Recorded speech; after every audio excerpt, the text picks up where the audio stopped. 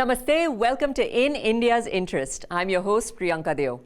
3 agricultural reform bills were passed in Parliament despite opposition MPs getting violent in the Rajya Sabha and Union Minister Harsimrat Kaur Badal resigning in protest.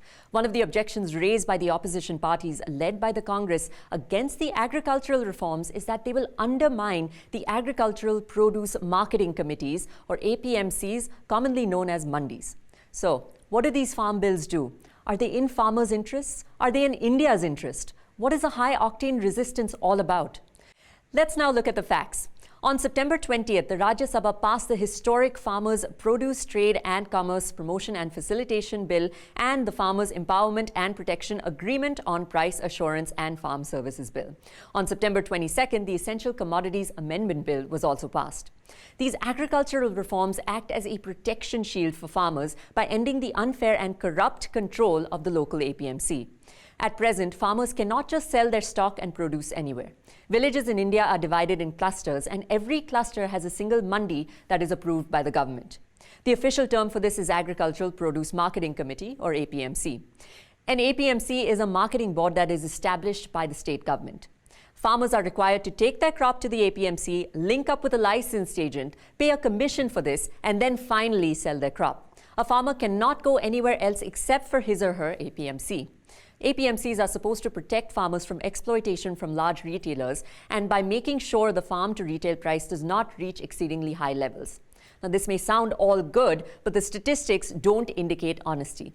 At present in India, agriculture employs over 50% of India's workforce, but only contributes to 17% of the national GDP. Today, with these reforms, farmers now have the right to sell their produce to anyone at a price they deem fit and have to pay taxes to their respective state or central governments of the trade conducted in these trade areas. The farm bills also allow for contract farming.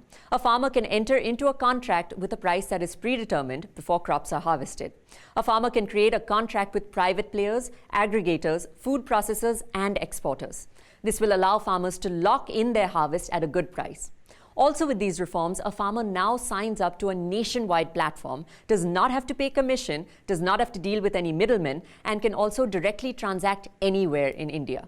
These reforms will therefore change India's agricultural landscape because now the entire 50% of those employed in agriculture can contribute to way more than just the present 17% to the national GDP. These reforms also promote vocal for local, as buyers will have local options for stock and produce. In response to the agricultural reforms, opposition is presently trying to stop these reforms through fear-mongering.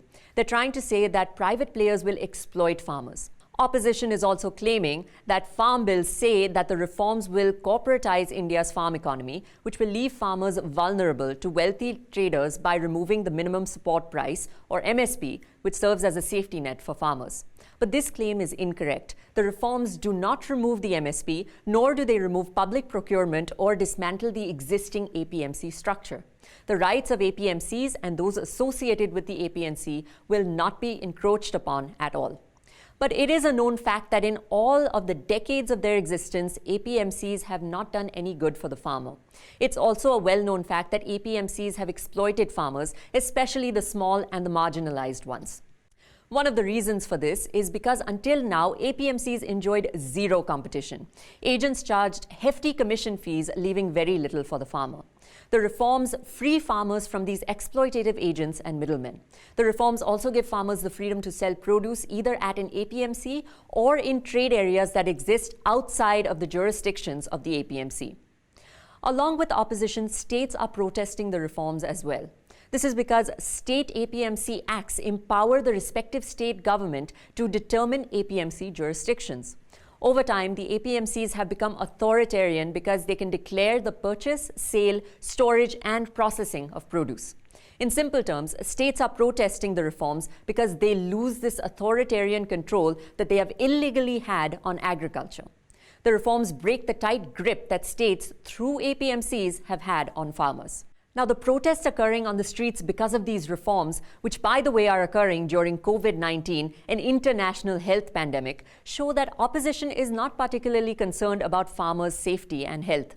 The protests are also concerning because opposition is spreading inaccurate information to mislead farmers into thinking that agricultural reforms are bad for the farmers.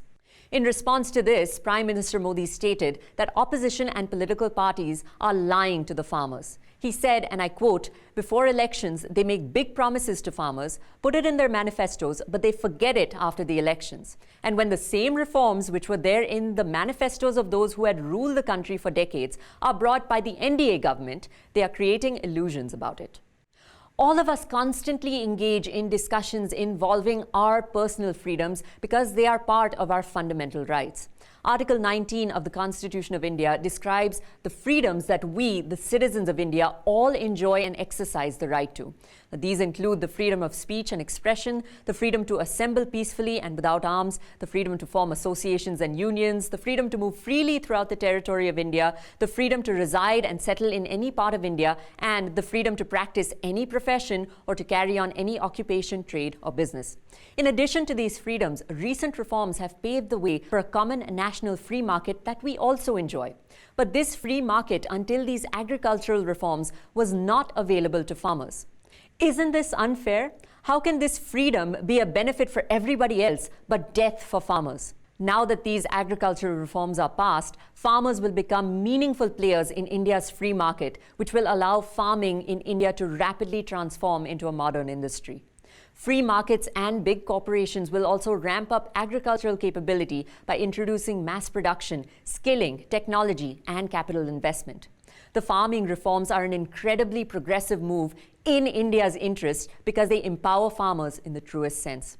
Thank you for watching In India's Interest. Until next time, this is Priyanka Deo signing off. Namaste.